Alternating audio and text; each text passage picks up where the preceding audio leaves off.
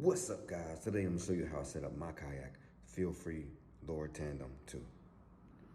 Yeah, so this is it. Basically, I didn't put the rods in just cause, we use different ones for saltwater and freshwater. Just a quick overview.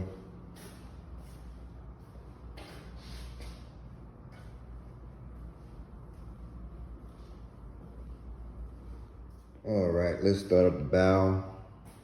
Basically, this is the battery holder for the battery. Your cables will go in.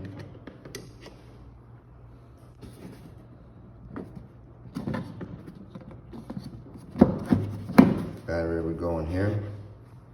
As you can see, it's bolted down. A couple of pieces of wood inside. Let me show you what that looks like. Got it bolted down in here. As you can see, it's actually the pod that was cut. I had an extra pod, so that's what I did. Built it up with some wood, bolted it here with 2 pieces of wood, and bolted that wood to this wood, and then bolted this to that, and yada, yada, yada, yada, yada. Bolted that down to the pieces of wood so that's not going nowhere. This is not going anywhere. So basically, once that's in and it is clipped in here, bring it down and it clipped right there. And then of course, we'll have the battery inside with that connected. And clip it down. And we'll run this through the sides, little thing right here is open. And it'll go through there.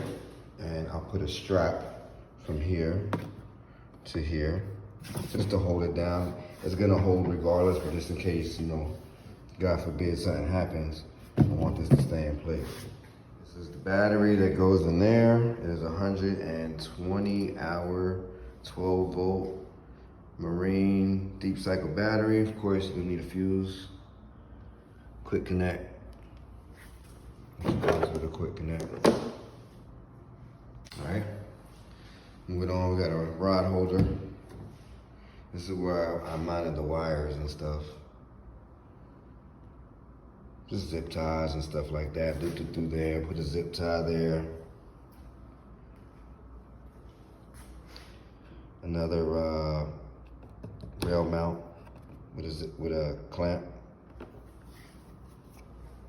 Another clamp, same thing.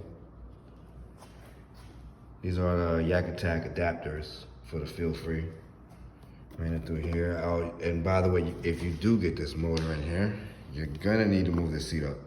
So I had to get the seat adjuster. And word of advice, those clips do not fit on here. You're gonna have to modify this. I drilled a little hole in the other ones, basically, and it fits perfect. The other ones are straight. I don't know, I guess it's for a different setup, but these, the tandem 2, you can't use that. It's not straight, it's a little hump here, so you gotta use the old ones. So that's what I did. And then of course we have the trolling motor. Fits right in, no problem. All right, same setup, clip on the back. And a clip right there. I'll take this apart in a minute to show you what's going on inside, all right? It doesn't move. This does not move at all. It stays perfectly straight. And of course, I put this on there to there for easy access, okay? Then moving on down, of course, we got the foot pedals. All right, another rod mount, gravity seats, this little crate that I made. So I made it fit in here, so I put a little hole here so it fits perfect. I don't want to take that out. I'm gonna leave that right where it is. All right, you're gonna need this, guys, if you're loading this by yourself. Basically what happens is if this is on the floor, put that there so it doesn't slide back on you when you're lifting the front up. To put it on the bed extender and then slide it in the back of the pickup. All right. My anchor, which I was complaining in the last video, doesn't really hold too well. This anchor sucks. Probably need a better, heavier one. I don't know. I mean, it's good on a calm day. On a windy day, not so much. 2 carabinis just so I can loop the rope through one, and one of these will go on my anchor trolley, which I just tied up, basically, and then move on. You know, I don't want to go too crazy. I would only use that in fresh water anyway. So yeah. And you know, of course, you got the beaver tail.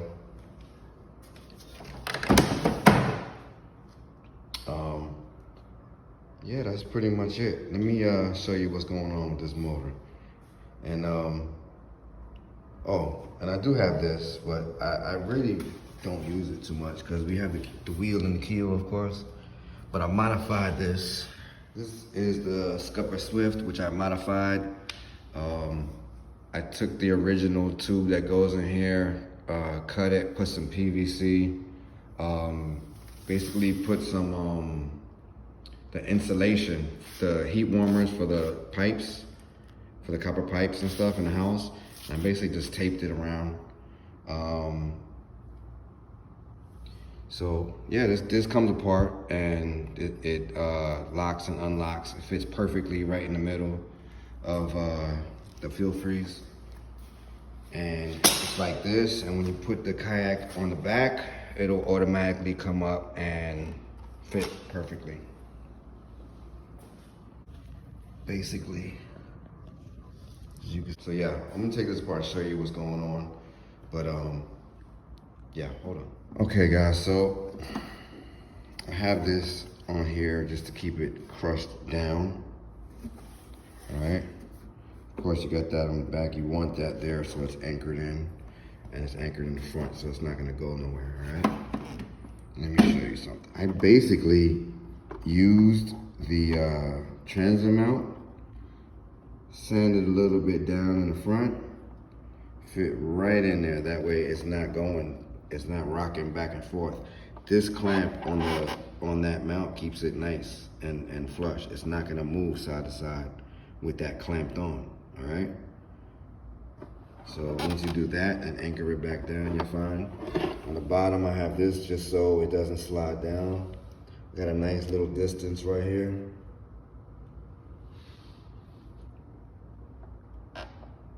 You know, just to make sure that it doesn't slide down on me, or up rather. You know, you don't want this to hit the bottom of that. So when it does go in there, it has enough clearance. All right. Now this actually, I can't go anymore because as you can see, I got it pretty much on this and it's not up all the way. It does come down maybe another, oh, I don't know, maybe an inch or so more, inch and a half. And then when it locks in, it was about an inch and a half down further than that. But yeah, that's pretty much it. And it works fine, works great. Now also, what I plan to do, and this is in the works, all right, guys, is this. The saltwater Riptide. Oh, yeah. I haven't decided whether I'm gonna put it in that hole or not, so. For this to fit, it has to go in on an angle like this and come down, like so. And that's how that would fit. You know, there's no way you're pulling this straight up. You're just not. It doesn't fit that way.